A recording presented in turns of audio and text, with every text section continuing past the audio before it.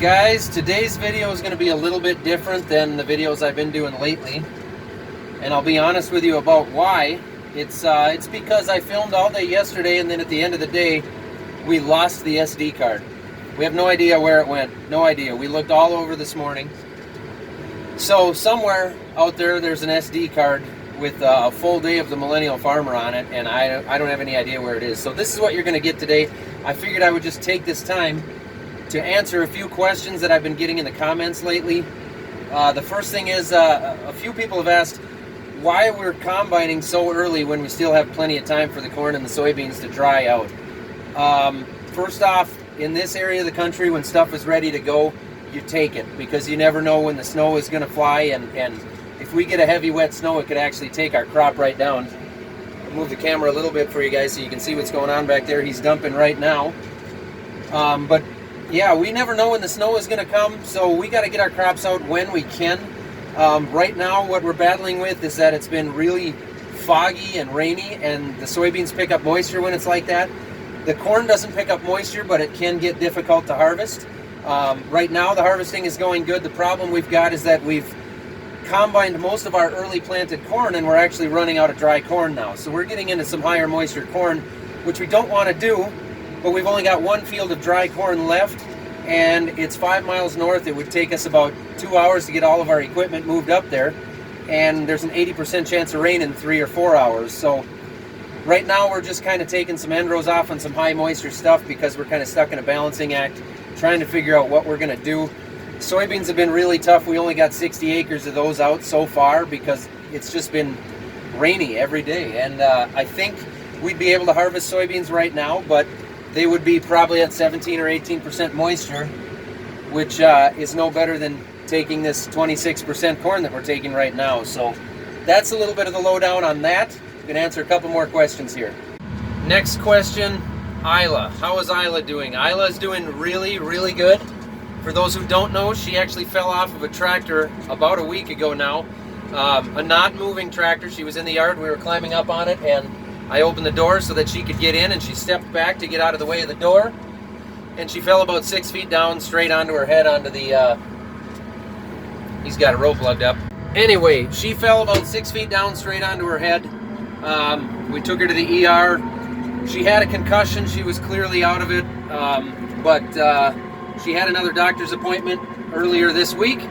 They said she's okay. She's lucky. There's no broken bones, no issues anymore. She just had to take it easy, stay away from loud noises and busy activities for a week. So Aiyla is okay. The next question I've gotten several times is people are wondering how the calibration or the engine tune on the 9870 combine is doing. So far, so good. It's been beautiful. That 12-row header, 12-row chopping header going uphill with a full grain hopper, unloading on the go, and no power losses at all. It's been really good. We're not noticing really, I mean, we haven't looked at it too close as far as fuel burn, but we're not noticing a lot more fuel burn. We're not noticing higher engine temps or anything like that. So the engine tune on the 9870. Next question, what do we think about the Challenger? You know, I've spent about 40 hours in here so far, and I like it. It rides really, really smooth. The engine is quiet, the cab is quiet. It does have a pretty good hydraulic whine when you turn. The controls, everything's easy. This is what confuses me the most, and it's not that there's anything wrong with this other than my inabilities to operate it and understand what I'm looking at when compared to the John Deere. So there's no problems with it. I like the tractor. I will give you guys a full rundown on just exactly what we think about it a lot more later on. I'm going to have a lot of that in the videos, but so far this thing's been pretty good. Final question that I've gotten several times is, why are our beans so much later than our corn this year? What's making that happen? Because it's really unusual for us in this part of the country to start on corn before we really do much for soybeans. What I think happened was that we had a really early spring to start with. We got a bunch of corn in early, got it in the ground, got it growing. It was hot out, it was dry, things took off. By the time we got to the beans, it had gotten cold and it had gotten rainy, And when we got the beans in, I think they just didn't get off to a good start growing. And so I think it just really set the beans back when compared to the corn. The corn had the jump start that the beans did not.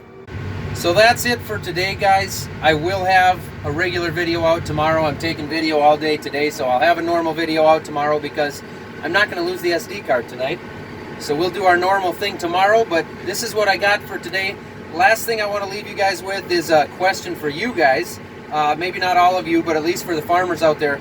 We got a problem with buried rocks, big buried rocks, like the size of Volkswagens. What do you guys dig those out with besides an excavator? I'm looking for something in an attachment that probably goes on a 3-point. We've got a 3-point rock digger now, but it doesn't seem to do the job. We've got a lot of rocks that are marked on our field view that we want to come out and dig up.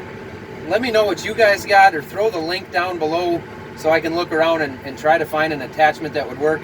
I don't really want to buy a small excavator to take care of them. I'd rather do it with an attachment if I can. So let me know what you guys got. That's all I have for today, guys. Tomorrow there will be a regular video. Thanks for watching. Thanks for subscribing, and see you tomorrow.